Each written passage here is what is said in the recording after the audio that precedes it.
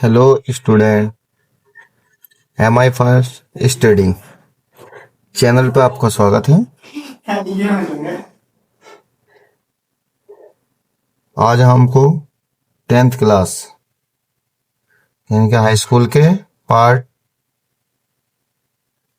पहले के यानी कि रासायनिक अभिक्रियाएं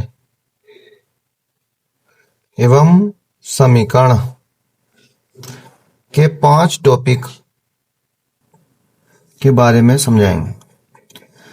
पहला टॉपिक है आपका रासायनिक अभिक्रिया, दूसरा टॉपिक है आपका अभिकारक, तीसरा टॉपिक है आपका उत्पाद और चौथा टॉपिक है आपका रासायनिक समीकरण। पांचवा टॉपिक है आपका संतुलित समीकरण। और इसी के साथ हम एक चीज आपको और बता दें कि आपको ना ही किसी कॉपी बनाने की जरूरत है और ना ही नोट्स की टेंशन लेने की जरूरत है। आपको केवल हमारे ये क्लास प्रॉपर ले आपके 20 क्वेश्चन बहुविकल्पी आएंगे एग्जाम में और आपके करीब 50 क्वेश्चन की थ्योरी आएगी। आपका टोटल 70 नंबर का पेपर आएगा। इसमें आपके 60+ यानी कि 60+ क्वेश्चन हमारी इन वीडियो से ही आप क्लियर कर देंगे। तो आपका पहला टॉपिक लेते हैं। फिर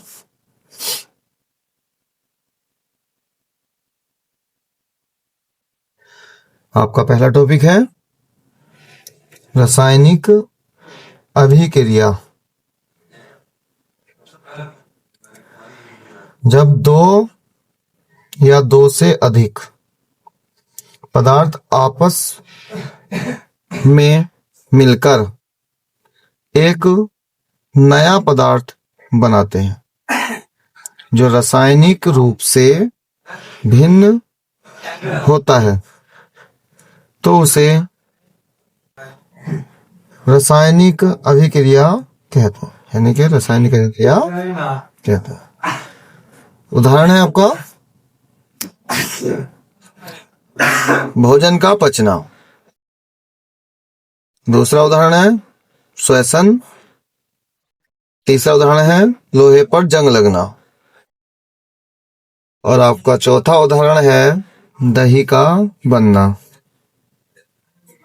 पांचवा उदाहरण है आपका मैग्नीशियम पीते का जलना और लास्ट उदाहरण है इसका छठा कोयले का जलना। और भी इसके उदाहरण है। इसी साथ हम टॉपिक नंबर 2 लेते हैं। आपका इसमें क्या है, जो हमारा रासायनिक अभिक्रिया थी उसी के 2 भाग होते हैं, अभिकारक और उत्पाद। तो पहला इसका दूसरा टॉपिक है उत्पाद अभिकारक का।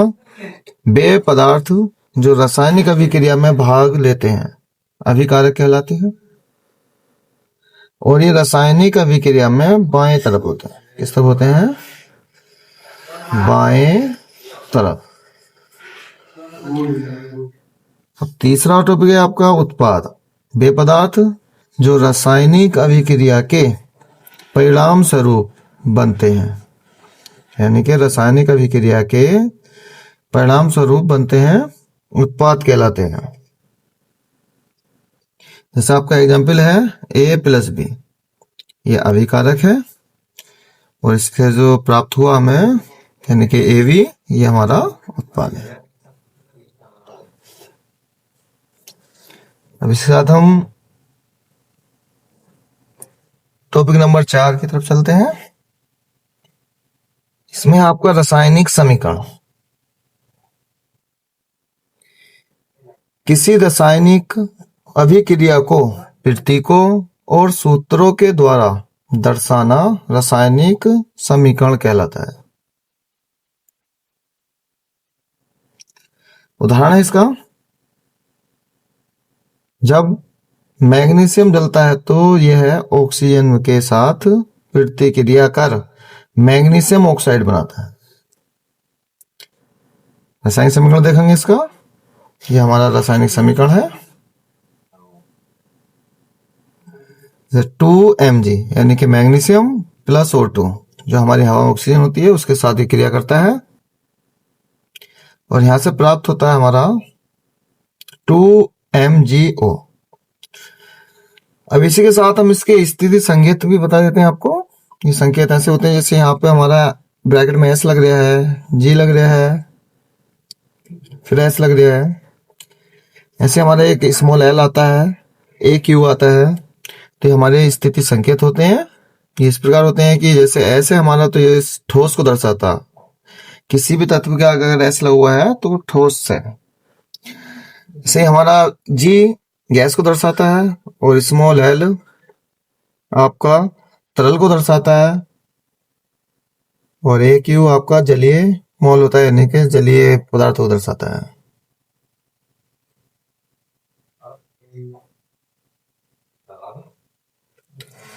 अब आता है आपका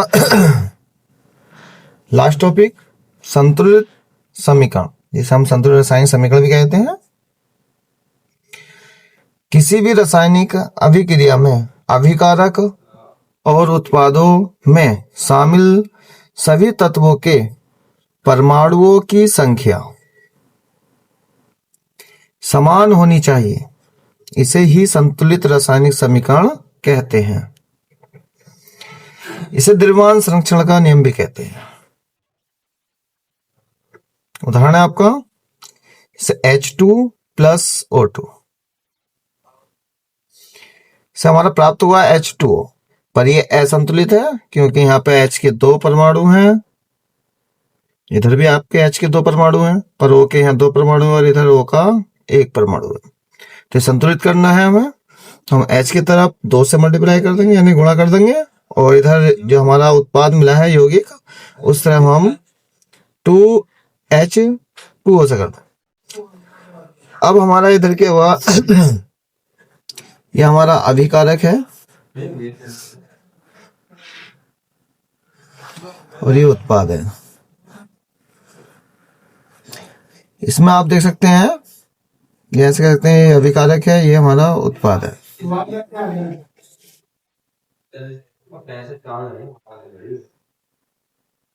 थोड़ा मिटा लेते हैं, देखो ये हमारा अभिकारक वाला पार्ट है और ये उत्पाद है।